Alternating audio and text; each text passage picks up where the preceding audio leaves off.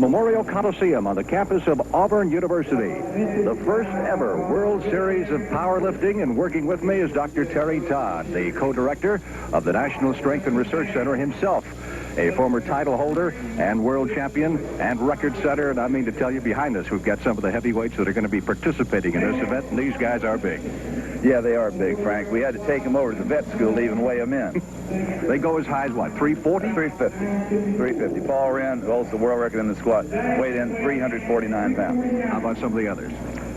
Well, Kazmaier weighs about 325 tonight, I believe. I think Doyle Kennedy around 315. And they're all big men. Luke Iams about 330. So you've got 4 of the best super heavyweights in the world. They want to see who is the strongest man. A lot of the lighter weight guys are bidding for world records, too. You look for a lot of that to happen. Absolutely. There's no telling how many world records might be set here today. Little guys like Gant, Lamar Gant, and Joe Bradley, a newcomer, but a terrific lifter, and Chucky Dunbar, and, of course, Mike Bridges, who's considered to be perhaps the greatest pound-for-pound lifter in the world.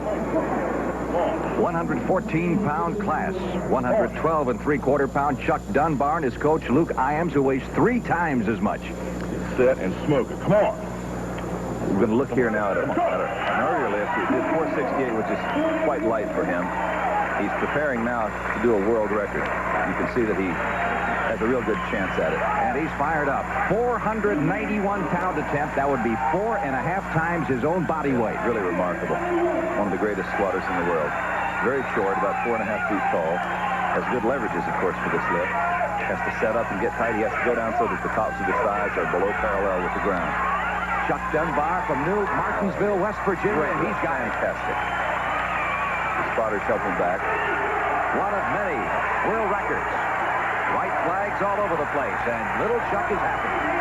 You can see from the side here, he has to go down so that his thighs are just a little below parallel with the ground. And he drives up, has to hold it under control. Now, take a look at the concentration on Lamar Gant, who has won more world titles in powerlifting than anyone in this competition. He's in the 123-pound class. Lamar is a fantastic lifter in the bench press and especially in the deadlift. Look at the arch in his back here. Yeah, people that say lifters are muscle-bound should take a look at Lamar Gant. This dramatic arch, this improves his leverage. This is 320, a world record, yet, oh, unbelievable. Unbelievable. He lifted it with power to spare. 122 and 3/4 pounds is what he weighs, and he's going to try to deadlift 634. If he pulls this will be the greatest pound-for-pound deadlift ever made, and he has done it. He did it. Look at the length of the arms. He's happy about it. Yes, sir. Lamar Gant, Amico from Denver, Colorado. Accepting congratulations and well-deserved. That's his 6th world record. There's his mother standing up and applauding for him. His 6th world record of the day. Though they're competing in different weight classes today, Gant has to be on a collision course with Joe Bradley. Wouldn't you say, Terry? Yes, Lamar has won world championships in both the 123 and the 132-pound class, and so these men will have a confrontation in the future, I'm sure. Here's the reason why. Earlier today, a world record squat attempt, 573 pounds for Bradley. This is way over the world record, and you notice the power that he has. Down, parallel, and back up with a lot to spare. Absolutely a great job by Joe Bradley. Interesting background, and boy, is he psyched up. He was in prison and perfected his technique there. Yes, he did. He became a world-class lifter in prison, and we heard all these huge lifts, and I'm telling you, he has shown us what he can do. Look at that. That's his 5th world record of the day. Unbelievable performance. Joe Bradley from Wisconsin. Lamar, I want to ask you something. Bradley looks like he may be one of your big competitors in future years. Yet you were out helping him, putting his belt on, and encouraging him. How about that? Come.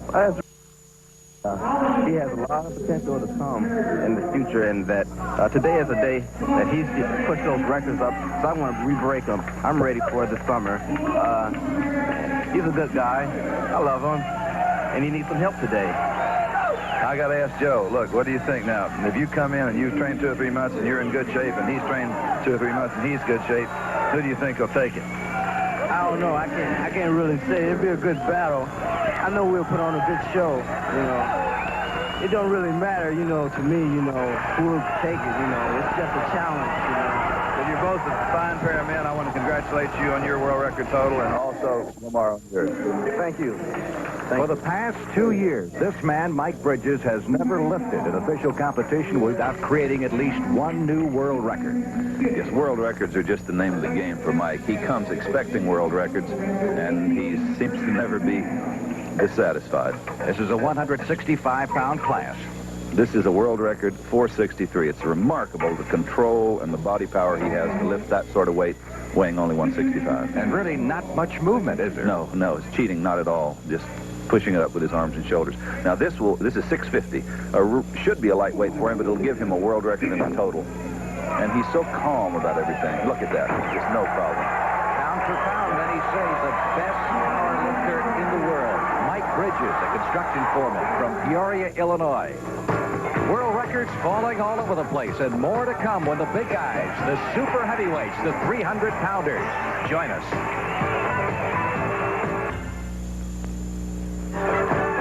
Welcome back once again to the Auburn Memorial Coliseum on the campus of Auburn University in Auburn, Alabama. World Series of Powerlifting, the super heavyweights. Getting ready in the warm-up room right now, Terry Todd. Bill Kazmaier taking around 350 pounds. Just a toy to him, of course. The reigning super heavyweight champion of the world. Here are two of the other competitors. Yeah, these two guys are going to push Bill very, very hard today. Possibly, it's hard to say who's going to be able to win. Now, Tony Fitton there is putting chalk around Bill's knees to help hold their tight wraps securely in place when he gets ready to take his first attempt in the squat. A lot of characters in this sport, too, and here is one. Absolutely. Luke Iams has no problem whatsoever getting himself fired up for a competition. In this competition, you're facing the three best super heavyweights in the world. What's going to be your strategy? I think I'm going to try to out-subtotal them. In other words, the squat and the bench, and then I'll probably forget about the deadlift. Do you feel that the deadlift is an important lift, or do you think that it should be taken out of powerlifting? How do you feel about that, Luke? Actually, this is the first meet I've even known they're going to two deadlift. So I don't think the deadlift is all necessary. I think he's pulling your leg, Mr. Todd. Yes, he doesn't like the deadlift. He's world-class in the squat, world-class in the bench press, but he's not very good in the deadlift. And of course, he teases and jokes, pulls his own leg about it. But when he comes out here to squat, let me tell you, he is ready. Now, this weight, quite light, just 700, a little over 700 pounds. He should be able to blow this one up. Great leverage in the lift. Oh, Easy lift. A volcano of a man from New Martinsville, West Virginia. A mortician by trade, Luke Iams. Bill Kazmaier, 26-year-old hometown boy from Auburn, Alabama. This big Bill, 6'2 and a half, 325, the most dramatically built big man in the world. He's preparing now for his first attempt, 827 in the squat. He'll have 2 more squats. He'll have 3 bench presses and 3 deadlifts. And the best of each of those 3 events will make up the total, and that's how we decide who's the best man. This weight should be a toy for Bill. He's been very strong in practice. Oh, look at that. He almost jumped with the weight. Look at that bar bend. Boy, you wonder what the future holds for this guy. Well, it's just hard to imagine people in the sport feel that no one with this much potential has ever come along. If he can avoid injury and if he can keep training and keep his interest in the sport, there's no telling how far he can go. Now, here's a guy who may have something to say about it. No question. Doyle wants to remain the dominant super heavyweight in the world. He doesn't do a lot of hooting and hollering like Iams.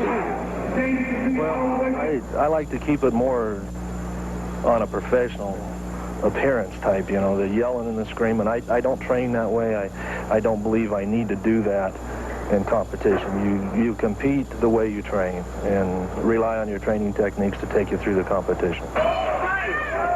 He is very quiet. He does his psychological preparation internally. He's also the lightweight of our super heavyweights at 306. Yes, he's not as big as the other men, although you'd have to say that at about 5'10 or 11 and 306, he's a pretty big man. He's an elk hunter. He works out in Salem, Oregon. Now, this is 849. This should be a weight that he handles with ease, and he does. No question. Fine lift. Squat, one of his better lifts? Yes, he's good in all the lifts, but the squat is one of his finest. Doyle Kennedy, a building maintenance supervisor from Salem, Oregon. Here's an unusual combination.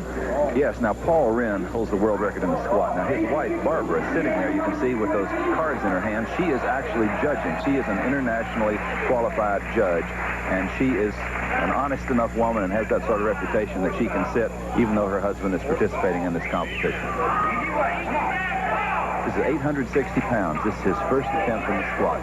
Paul holds the world record with 954, so this is almost 100 pounds under his best, and I think he'll show you why he does hold the world record with the way he handles this one. He's a traveling evangelist from Clarksville, Tennessee, and look at the strain here. He gets the signal to squat. He goes, and he's got very big midsection, big thighs, and he just drives up with a lot left. Beautiful lift by Paul Wren. Yeah, he's happy. And so is she. Well done. Now you notice he takes a full breath of air as he backs up. His lungs are full. It improves the leverage. The drum of the chest is filled, and he's much more strong in that position. He goes down. The spotters are standing by watching very closely. He pushes back up. Solidly done. He's our leader after one lift in the squat competition. We'll be back with more in a moment. You'll look at the end of the first round of the squat. Remember, each man gets 3 lifts in this particular competition. Looks like a 3-man race. Yeah, it's not over yet by a long shot. Bill Kazmaier getting ready for his second lift. 887. He's been around this in practice lately. Now, he's never made this much in competition.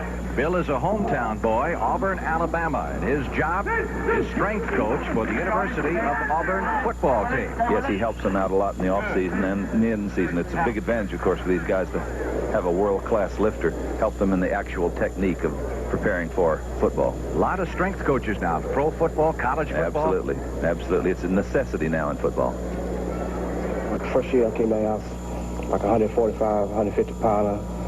You know, since I got into the weight program, I went to 145 to 181 right now. I think it helped me upper body to take on a bigger play on me.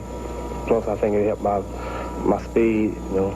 I don't have very much speed, and if it weren't for the strength that I've acquired through the weight program here at Auburn, I don't think I'd be able to play. I lift weights quite a bit before, but it's a difference in doing it the right way, and that has really helped me a lot. It's also helped me a lot on the football field. It's made me more of a dominating blocker.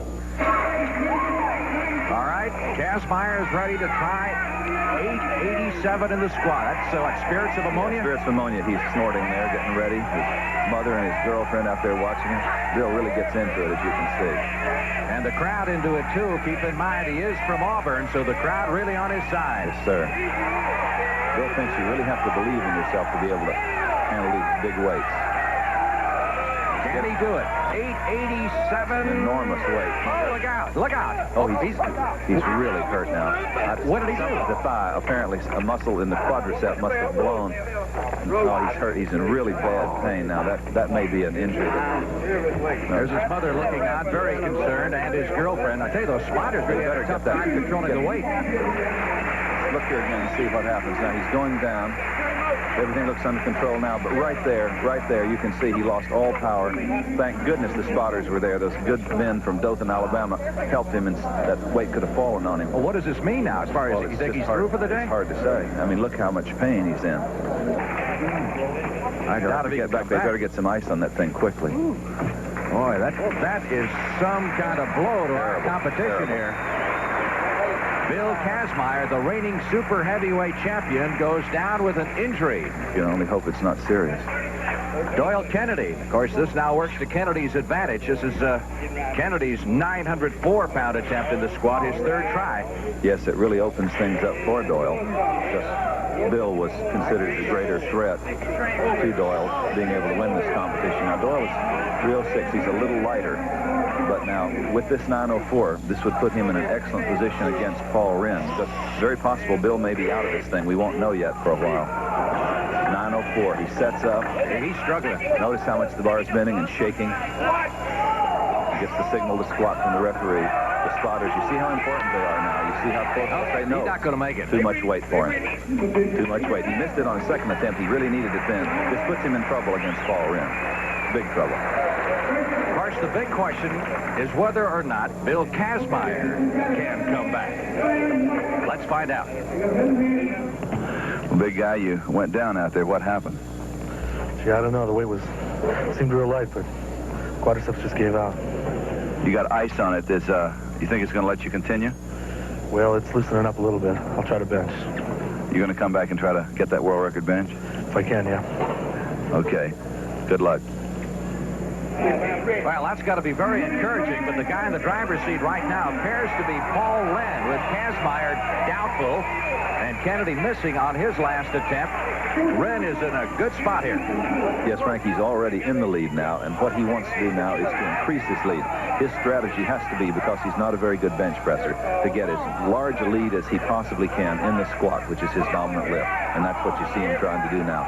This is 915 pounds. If he makes this will give him an 88-pound lead on Doyle Kennedy.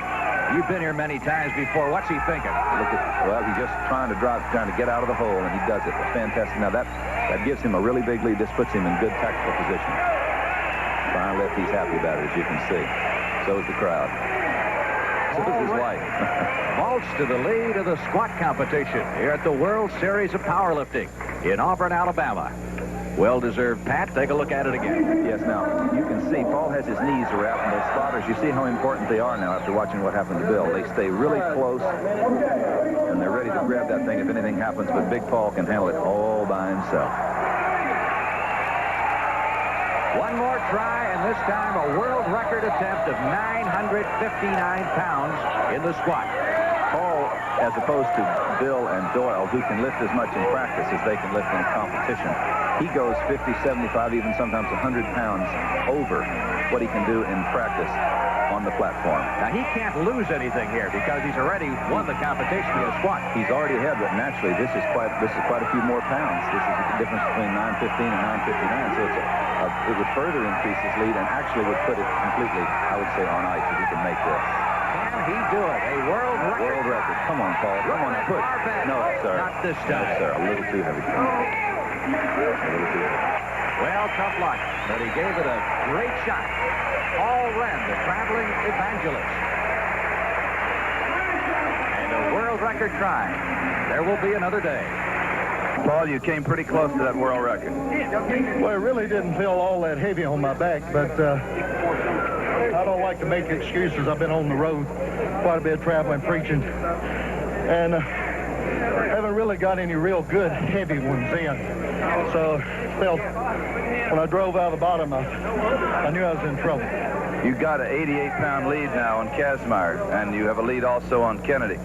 Bill, they think, is going to come back and bench press and see what happens. If things may be kind of going your way this time. It looks that way, but you never can tell till the last lift. The man from Clarksville, Tennessee, takes the squat. More super heavyweight competition coming up later, and we'll see if Bill Kazmaier can indeed come back. Now, with Terry Todd, we're back at Auburn, Alabama for the World Series of Powerlifting. This is the way the standings shape up after the squat. Paul Wren, the man to beat right now as we get ready for the bench press competition. As I said earlier, Frank, Paul is not as good in the bench press as he is in the squat. As you can see, this is 524, and it's well below what the other men can be expected to lift. This is his third attempt. He already made 507 on the second attempt. This is a high bench press for Paul. He has injured himself several times in the past in his shoulder, and it makes it a little bit difficult for him to make the kinds of gains that he would normally be expected to make. What about the incidence of injuries in this sport? As a matter of fact, Frank, there are very few injuries in powerlifting. He has hurt himself usually doing the stunts that he does with his traveling evangelism work. Oh, yeah, he's got that. No problem with the lift. Powerfully done. Yes, sir. He wants to win the thing. I know these guys must put hours and hours of practice in, don't they? There's no question. He does not practice as much as the other two men because he travels so much. But even so, he's a fine performer. Marvelous mental lifter. Paul Wren continues very consistent here in the super heavyweight division, handling that with relative ease.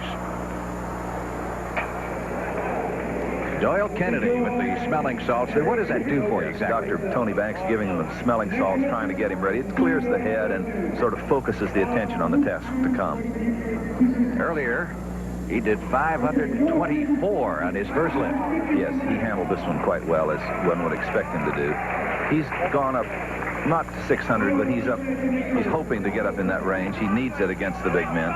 He's getting ready now for a 551-pound lift. This lift, of course, tests the strength in the chest and the shoulders, the upper body. It's a lift that football players do a lot because it helps them, especially in line play. See, he lets the bar down. He has to stop for a moment and then drive up. Look at those arms quiver. Yes, sir. He made it, though. Got it. Fine, solid lift. Good job by Doyle Kennedy, who remains very much in the thick of things. Now, Frank, he just grabbed his pectoral there. I think he might have, he's going to pass his last lift. Here comes Big Luke. Luke comes out. The Spanish have a phrase for it. Buscando guerra. Looking for war. He made his first lift earlier with 529. As you can see, that's just a toy to Luke. He's done 600 pounds in this lift. Psyching plays a big role in this sport, doesn't it? Absolutely. Absolutely. He's the king of psych. Luke is the one and only. Nobody can do it like he can. Now, this 584 is more than he's done recently. But I think he's got a pretty good shot at it. Let's see. Lets it down, stops, drives. It looks like he's going to... No, it stops. No, sir. No. Not this time. Very close, though. He has such a short stroke that he only moves it maybe 8 or 9, 10 inches. That L could stand for a lot of things on his chest there. Luke, large, loud, you name it. Right. And several others we can't mention. Bill Kazmaier coming back once again after being injured earlier. And keep in mind, this is exactly how it happened. Yeah. This was in the squash. This is a terrible injury now. The quadricep is injured very badly. You can see the spotters catching the weight and keeping it from falling on him and hurting him even worse than he's already hurt, which is bad enough. It's remarkable that he's able to come back here because even though the bench press is a test of the upper body strength, the fact that you brace yourself with your legs, the legs play a very important role in the bench press, and so it's remarkable that he's able to even come back and try with these big weights. This is 584. Normally, he can blow this weight up, so this will tell a lot. Oh, he blows it up now. Maybe he's got a shot at the world record. Very nice. He passed on his first try, and now has done 584 on his second lift. Take a look at it again. Frankie's passing that first attempt because he knows he only has a couple of attempts in him because of the pain. You can see the pain showing here. He's hurt mainly in the left leg, so he's slanting the bar a little bit to take most of the weight off of the left and injured leg. A remarkable feat under the circumstances. Bill, you're down on the table here. Dr. Hammer's working on you. Your back cramping up? A little bit, yeah. You took 584 and you smoked it on an opener. Can the leg stand it? You got the 633. Is that what you're going for, the world record? Yeah, I'm looking for it.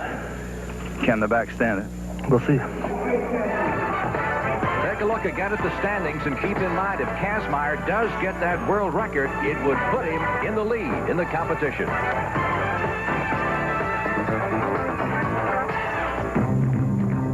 For the volatile Luke Iam to the bench press, his third and final lift. Is he ready? Yeah, I think he's ready. He's ready. The crowd is ready. But that's 601 pounds on the bar now. He's done 600 before, so this will be 1 pound over his best. I personally think it's going to be a little too heavy for him, but I think he just... It's a high moment. He wants to give a... No way. Too much. No way. Too much. Now, he missed at 584 earlier. Why would he try 601 this time? Well, I'll tell you, you can miss a little bit because your groove is wrong. We have in lifting what's called a groove, and the weight has to go up exactly in a certain pattern. And maybe he feels he missed the groove, and he might have thought he had a shot at this weight. But he didn't have. Too much today.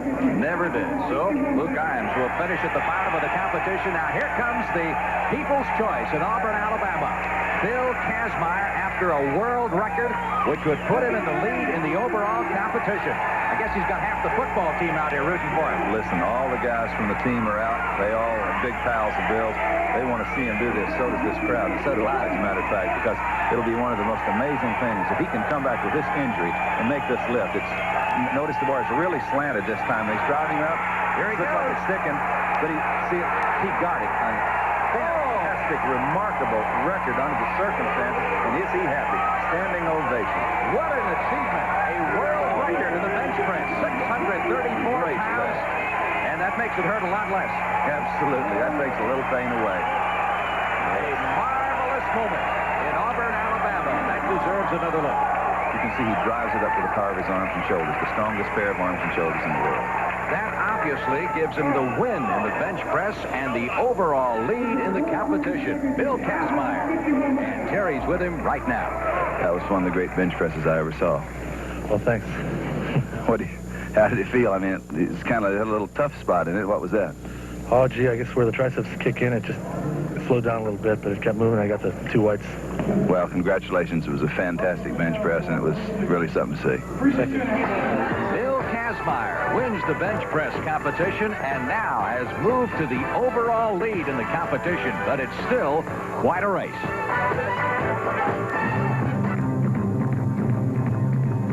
Next Saturday on the CBS Sports Spectacular, undefeated Aaron Pryor challenges Antonio Cervantes for the WBA Junior Welterweight Championship. You'll say you saw it on CBS Sports.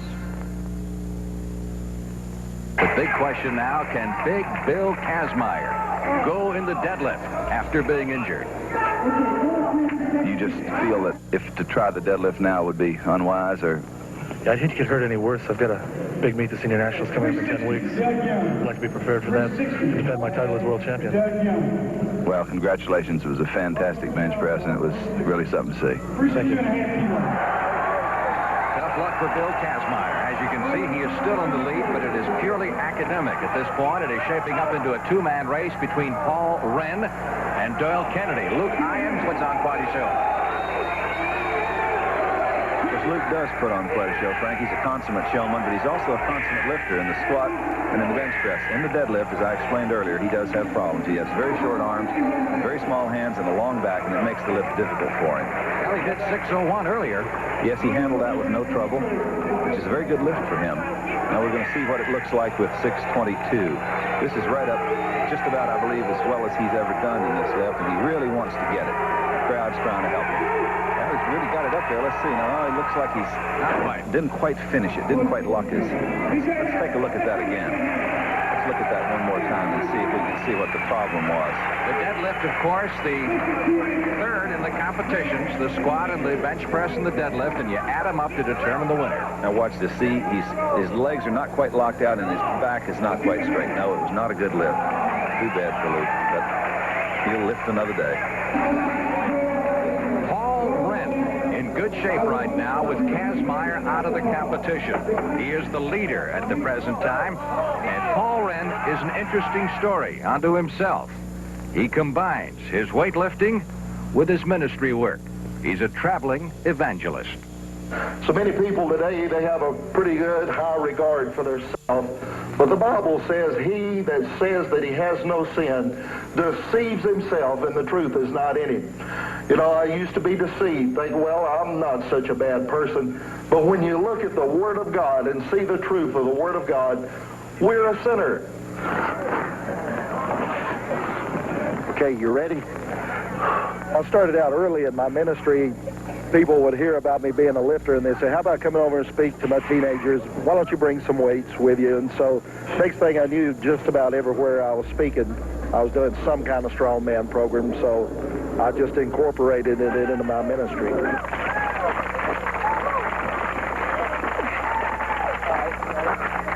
Most people are impressed by the display of physical strength. You get their attention, get their hearing, and then you share the gospel message with them. No, don't make it real tight. Put it about here. Right. Okay, now you're going to have to lay down here. That's why I had you take your coat off. Right here. That'll be fine. Okay, now I'm going to straddle him like this. I'm going to bite down on this leather mouthpiece, and after all that food he just ate, I'm going to try to pick him up, clear of the floor.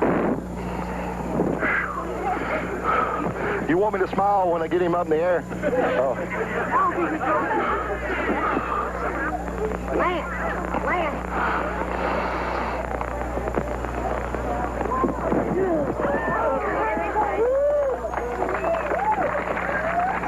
Okay, you can get up.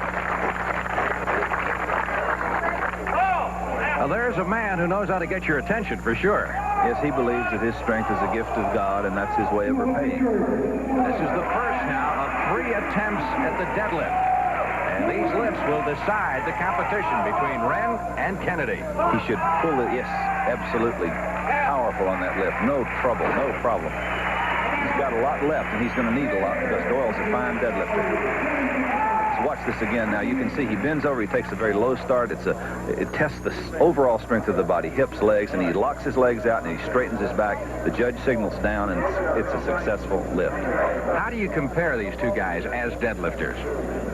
In the past, they've been very, very close to one another. I've seen them before many times compete, and they always, well, several times they've tied exactly, and Doyle has won on lighter body weight.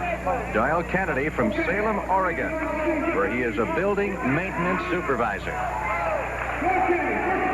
Now, he made a mistake the first time. He let the time run out on him, and he lost his first attempt, so this is his second attempt at this 8:10, and he really needs it. Oh, but he has it with power to spare. Yes, sir. Yeah, he looked like he had a lot left over after that one. Yes, the judges raise the white flag as the bar surrenders. You can see he pulls his back, his hips, his legs, his shoulders are back, legs are straight, a successful lift. Doyle Kennedy and Paul Wren, and it looks like they're going to go down to the final lift. Doyle, let me ask you, if you're ahead now, you're in the lead. Now what are you going to do? Wait him out. Wait a minute, you're going to take how much you need to win? Yeah. You're the lighter man. You're 306 to his 349. Yeah, just tie him. Now, he's talking about a tie. What does that mean, Terry? He means not to tie in the deadlift. He means to tie in the total. He is right now 39 pounds behind. That is, he will be. If Paul pulls this 8:10, which I think he will, then Doyle will be 39 pounds behind, which will mean that he will have to then pull 8:48, 8:49, and then Paul will have to miss any higher weight. In that case, Doyle will win. Let's see if Paul can pull this one. This will put him back in the lead by 39 pounds. Oh, he's got it. The big man is ready. He wants to win this one. If we do have an overall tie, then the title goes to the man with the lighter body weight. And that, of course, would be Doyle Kennedy. But Wren's still in the driver's seat. Okay, Big A, you're back in the lead now. Now, what's your strategy going to be?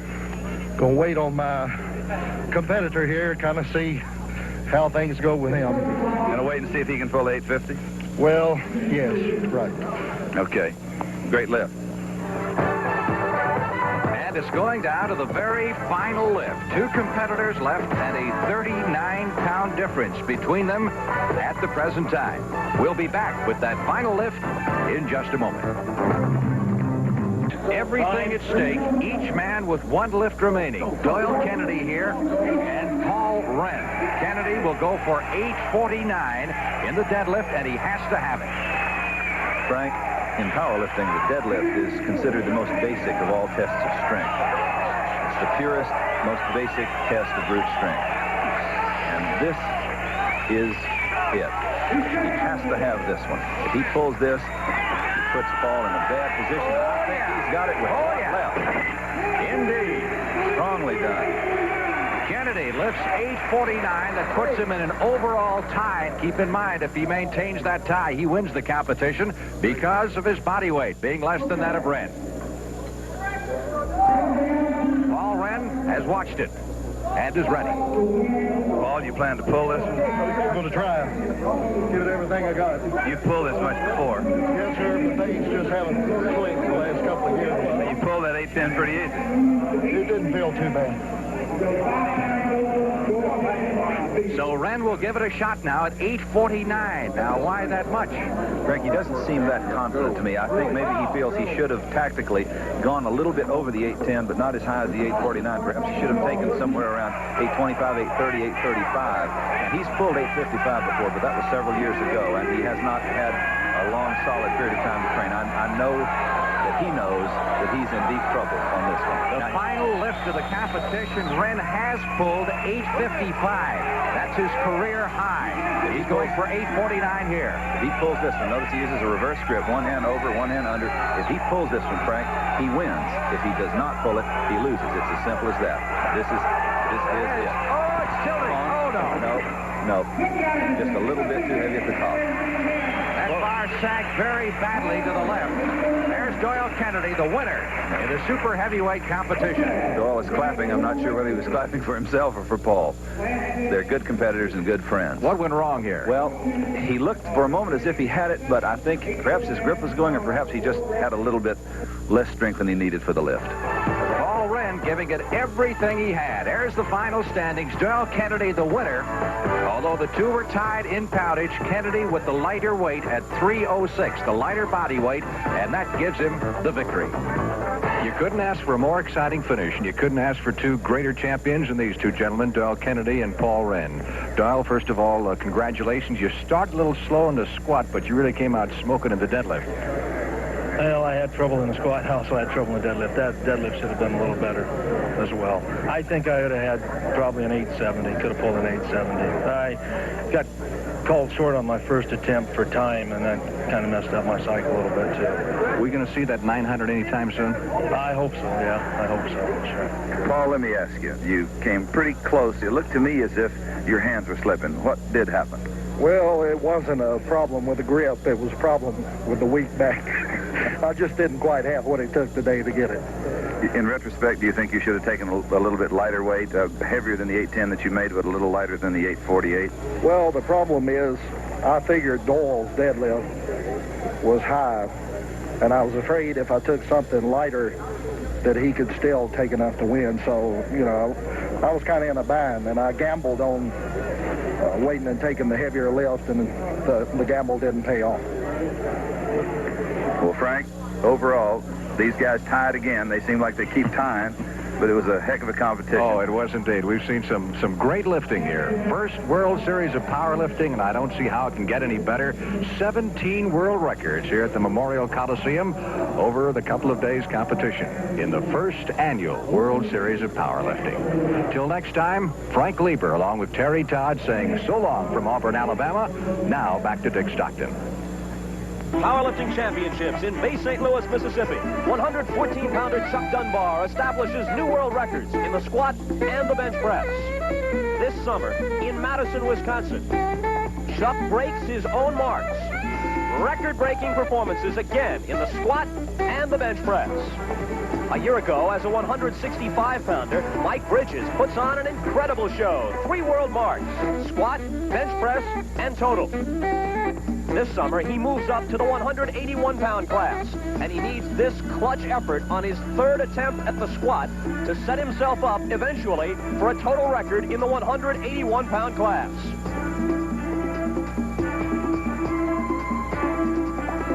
In 1979, Lamar Gant made a series of tactical errors, and those mistakes cost him his chances for records and a title. But in 1980, he plays it smart and establishes a new total record for 123-pounders. But amidst the successes, there are also failures. With the temperatures pushing 100 degrees in the sweltering contest hall, Joe Bradley doesn't fare as well. He loses 6 pounds the evening before the competition. And the man reputed to be, pound for pound, the strongest in the world, not only bombs out, he passes out.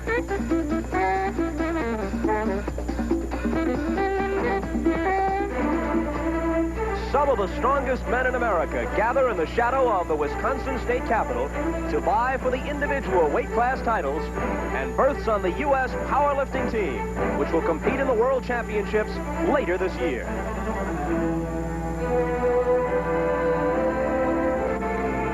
Hi, everybody. I'm Bob Costas at the U.S. Men's Senior National Powerlifting Championships in Madison, Wisconsin. Already in this competition, we've seen several world records approached and some others broken.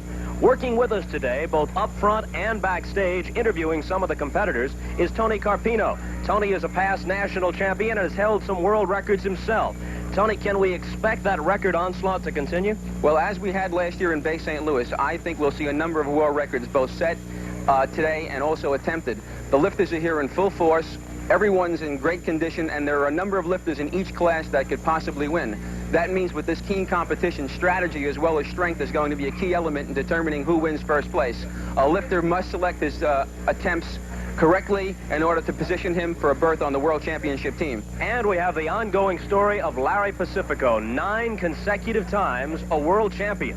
Can he possibly start along the road today toward number 10? I think Larry's in great condition, and he should be able to pull off another national title, his 9th, and set up a berth on the World Championship team to set up for his 10th World Championship title, which will be an unprecedented feat in sports history. 10 titles in a row, and either weightlifting or powerlifting has never been approached, not even by the great Vasily Alexiev. So the stage has been set, and stand by for powerlifting from Madison, Wisconsin.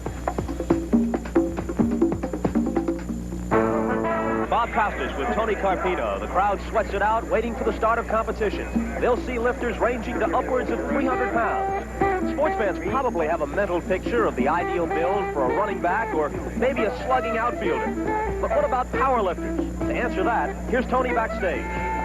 When we discuss the body types which makes one excel at an individual lift, powerlifting has never been approached, not even by the great Vasily Alexiev. So the stage has been set, and stand by for powerlifting from Madison, Wisconsin. Bob Costas with Tony Carpino. The crowd sweats it out, waiting for the start of competition. They'll see lifters ranging to upwards of 300 pounds. Sports fans probably have a mental picture of the ideal build for a running back or maybe a slugging outfielder. But what about powerlifters? To answer that, here's Tony backstage. When we discuss the body types which makes one excel